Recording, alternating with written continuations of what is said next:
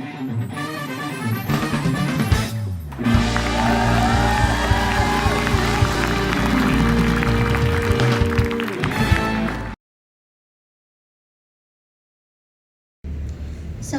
warahmatullahi wabarakatuh. Sahabat Haramain TV, bertemu kembali dengan saya Siti Arfia dan di samping saya Rindulandina Soleha. Hari ini Pondok Pesantren Nurul Haramain kedatangan tamu yang sangat spesial. Beliau adalah seorang motivator hebat, MC Istana Negara.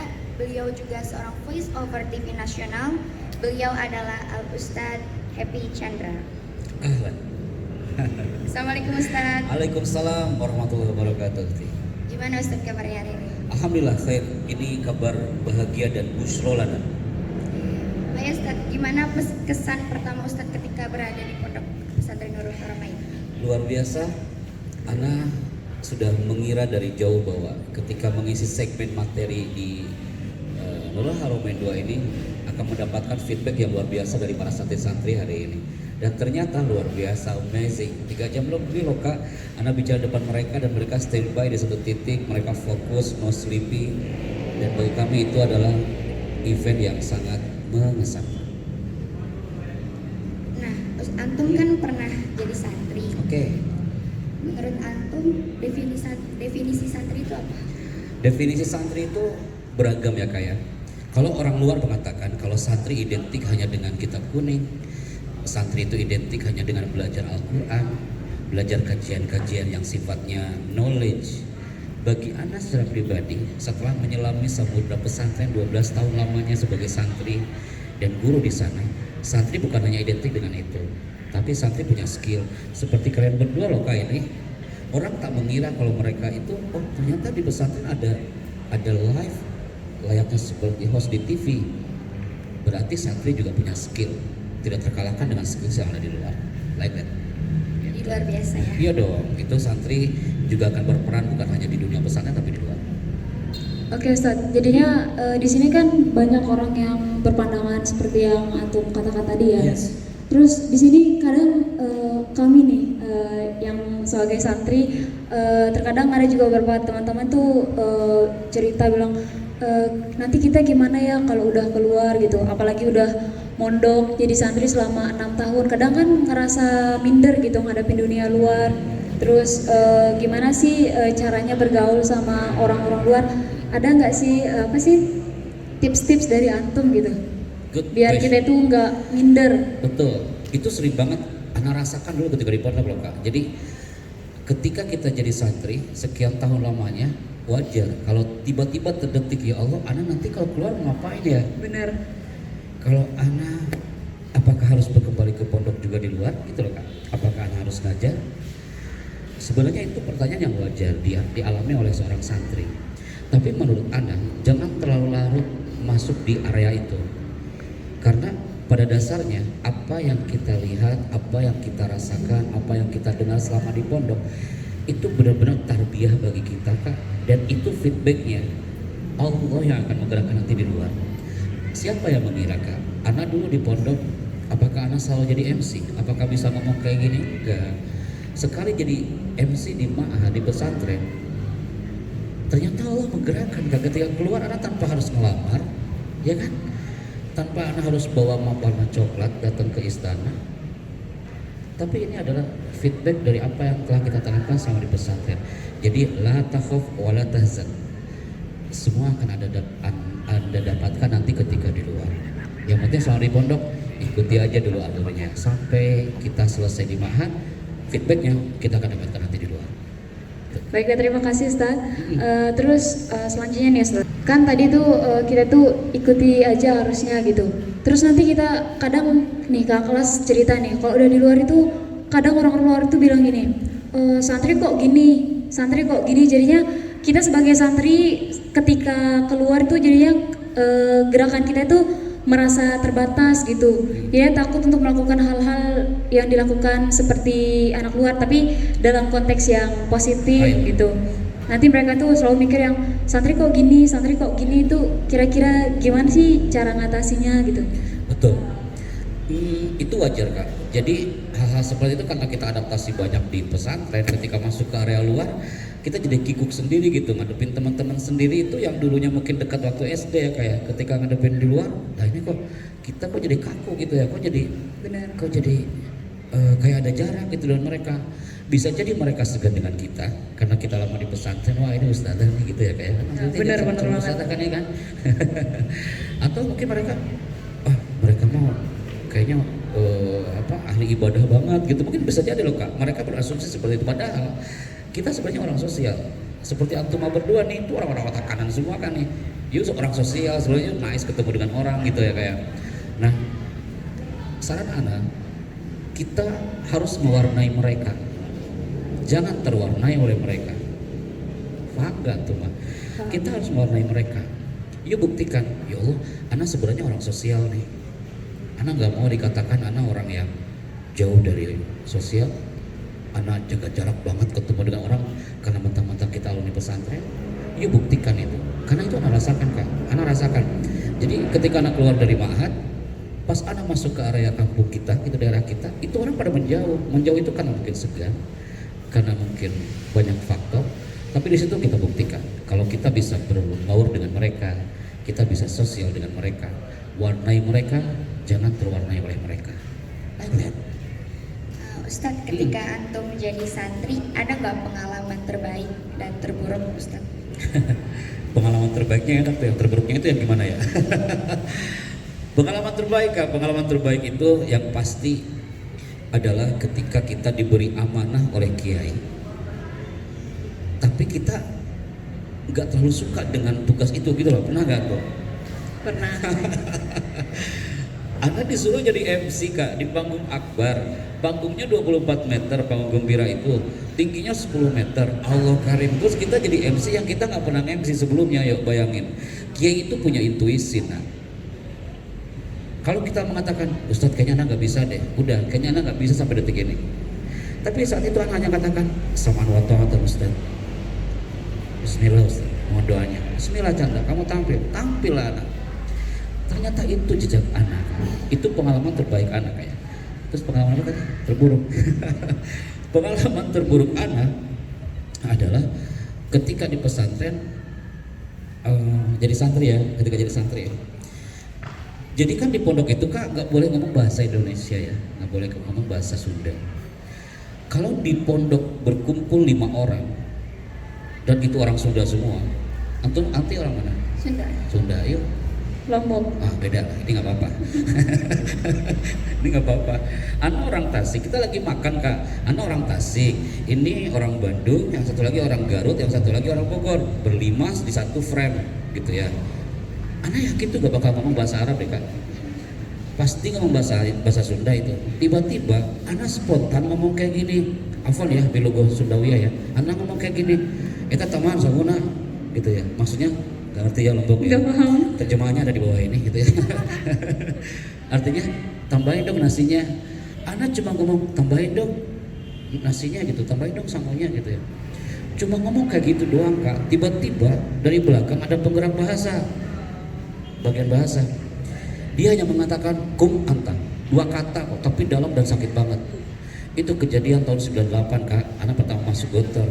Ana disuruh berdiri dan Ana meneriakkan 2 kata tadi. Jadi ngomong, piringnya diangkat kan di dapur tuh, piringnya diangkat sambil teriak, tambahan samuna gitu pakai bahasa Sunda selama 2 jam. 2 jam. 2 jam Kak. Mungkin dari situ kali Anda bisa ngomong sampai sekarang ya. 2 jam sudah teriak bahasa Sunda dan 4.000 santri melihat di dapur umum. Yuk bayangin deh Kak.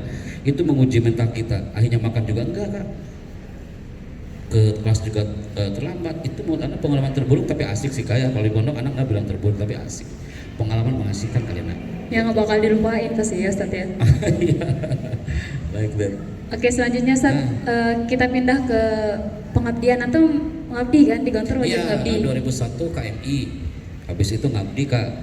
Ngabdi. Jadi di sini apa sih, kan tadi definisi santri ya. Di sini anak mudanya apa sih definisi guru menurut antum? Guru. Definisi guru ya. Ustadz. Kalau di pondok ustadz, kalau di luar guru. Definisi guru itu adalah seperti yang anak katakan tadi. Kalau guru hanya memuaskan audiensnya, peserta didiknya, anak didiknya hanya mengatakan, ya Allah Ustadz, anak puas banget antum ngajar hari ini. Udah, habis itu dia puas dan selesai urusan.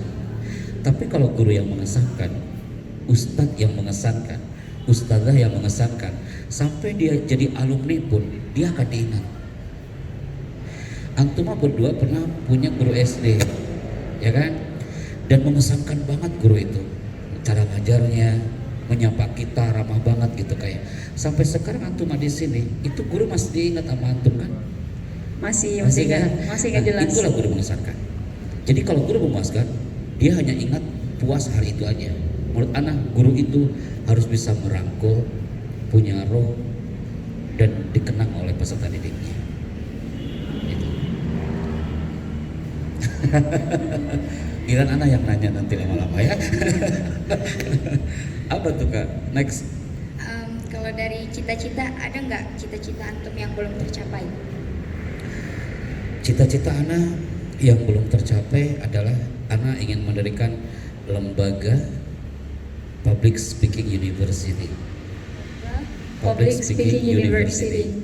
Karena kalau sekolah public speakingnya kan ada ya kayak mereka kursus tiap hari gitu ya. Tapi ternyata request dari customer itu, Mas tolong buat dong yang kampusnya gitu. Jadi mahasiswa-mahasiswa bisa belajar public speaking. Yang di Ma'had public speaking dijadikan sesuatu yang alergi dan bumerang banget ya Kak ya. Di luar. Bener banget.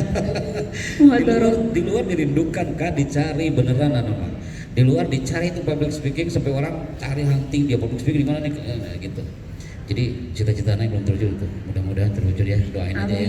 Amin. Dari atmosfer harum mudah-mudahan makbul doanya. Gitu. Nah, ketika jadi santri, Ustadz pernah ikut ekskul apa? Nah, ekskul Anda bukan ekskul public speaking loh Kak, karena Anda juga dulu gak suka public speaking. Nggak suka. Kan aneh ya kayak. Tapi sekarang menggeluti public speaking. Anda termasuk orang yang anti dengan seminar dulu kan di pesantren. Jadi kalau seminar itu duduknya paling pojok di belakang gitu, gak pernah duduk di depan. Nah, ekskulnya apa? Akhirnya ekskulnya bukan public speaking, tapi ekskul apa? Ekskul bahasa sih dulu Ana ya. Jadi di Gontor itu ada namanya Arabic English course gitu, bahasa Arab dan bahasa Inggris tapi dikursuskan. Ana lebih suka itu. Ana lebih dominan di bahasa Arab daripada English gitu kan ya. Jadi Ana menggeluti banget tuh bahasa Arab. I like that. Berarti titik awal antum memulai menjadi public speaker itu kapan Ustaz? Awalnya Ana temukan ketika 2008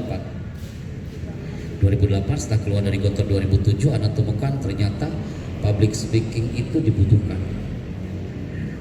Ana materi awalnya di kalangan para santri, mengisi training di seluruh pesantren di Indonesia, dari Lombok, sampai ke Sumbawa. Di Lombok Ana sering Kak, ke Lombok Barat, ke Lombok Timur, ke Aikmal kan. Ana sering banget di Bogor, penting seluruh titik. Tapi Ma'had Kak, pesantren Kak, Ana belum berani keluar. Kalau secara kita kan santri Kak, jadi kita merambah dunia training public speakingnya di pesantren dulu. Jadi gak kemana-mana gitu. Akhirnya itu Ana temukan 2008, oh ternyata public speaking nih dibutuhkan sama mereka gitu loh Nak. Lama-lama baru public speaking ke kampus, ke perusahaan kayak gitu. Terus kalau awal mula jadi MC Istana Negara itu gimana sejarah Ustaz? Ini yang sering ditanyakan, MC Istana dulu awalnya itu ketika ada acara konferensi Timur Tengah dan Asia Pasifik. Kalau konferensi Timur Tengah, otomatis MC-nya berbahasa Arab, betul nggak? Akhirnya dari pihak protokoler mencari talent MC yang bisa menggunakan bahasa Arab. Sekarang di sini banyak Kak yang jago bahasa Arab, banyak banget. Tapi yang bahasa Arab yang dasar, dia bisa MC dengan menggunakan bahasa Arab itu jarang-jarang loh Kak. Beda loh Kak ngomong bahasa Arab kayak gini dengan bahasa Arab yang MC gitu, itu beda. Akhirnya Ana dicari dan mendapat kesempatan itu untuk MC di Istana hari itu. Kayak gitu Kak. Itu zaman SBY dulu. Jadi di sini Ustaz kan kita kalau nge-MC nih nggak bisa pakai suara biasa, cara ngomong biasa. Ada nggak sih tips-tipsnya supaya punya suara yang bagus kayak gitu? Gak ada dong, nggak bagus-bagus amat suaranya. Itu Kak, suara itu, vokal itu be yourself. Harus jadi diri sendiri. Anti jadi diri sendiri, anti juga jadi diri sendiri, nggak boleh jadi orang lain. Tapi yang pasti semakin diasah itu vokal, semakin terus manggung dengan MC-nya. Seperti antum nih kayak gini jadi host terus aja diasah, lama-lama akan dapat feel-nya tuh. Lama-lama akan dapat, oh kayaknya pas banget nih anak ngomong kayak gini gitu loh kan. Oh kayaknya harus di-up lagi deh volumenya, terus diasah kan. Anak juga kadang-kadang di monitor pakai audio, wah ini kayaknya kurang pas nih, kayaknya harus ngangkat lagi. Anak belajar sendiri kak vokal itu. Nggak ada latihan-latihan vokal kayak menyanyi gitu loh nak. Itu latihannya yang penting sering manggung aja nak, kayak gini nih ada Berarti latihan ya Ustaz. praktis. Ustaz terakhir, menurut Ustaz apa definisi sukses? Definisi sukses itu adalah ketika dia sudah mencapai titik akhir, ya kan? Dia mengatakan yes we are winner, kita menang gitu. Habis itu orang-orang di sekelilingnya, para orang tuanya, adik kakaknya, mungkin kalau punya anak istri, seluruh keluarganya mengatakan you amazing. Aku bangga punya kamu. Aku bangga punya kamu. Sampai orang tuanya meluknya, aku bangga punya kamu. Aku senang. Itu sukses. Tapi nggak cukup di situ. Fit dunia wal akhirah. Gitu loh. Ya jangan sampai horizontalnya sukses, tapi vertikalnya jauh. Jadi haluminanasnya ada, sukses fit dunia wal akhirah. Akhiratnya juga harus sukses. Gitu loh. Berarti yang antum katakan dari tadi kan pas apa sih public speaking di sini, yang utama itu adalah kita berbagi niat kan. Jadinya dunia oke, akhirat juga Ya dong. oke. Pasti. Oke, terima kasih banyak Siap, Ustaz sama-sama. atas waktu dan kesempatan Sama-sama. antum Terima kasih. dan bersedia kita wawancarai. Alhamdulillah. Terima kasih atas ilmu-ilmu antum juga. Alhamdulillah. Sama-sama. Kembali lagi Vin. Baik sahabat Haramain TV, demikian perbincangan kami dengan Ustadz Happy Chandra. Saya Siti Arfia. Saya Seril Miladina Soleha. Dan saya Bicandra sebagai MC Sanega Republik Indonesia ditemani oleh dua host hari ini. Saya yakin ini event akan menjadi sesuatu yang berwarna untuk Haramain TV dan bermanfaat untuk orang banyak. Oke, Haramain friends, that's all from us. Don't forget to subscribe, like, and share. Oke, thank you. Wassalamualaikum warahmatullahi wabarakatuh. Assalamualaikum.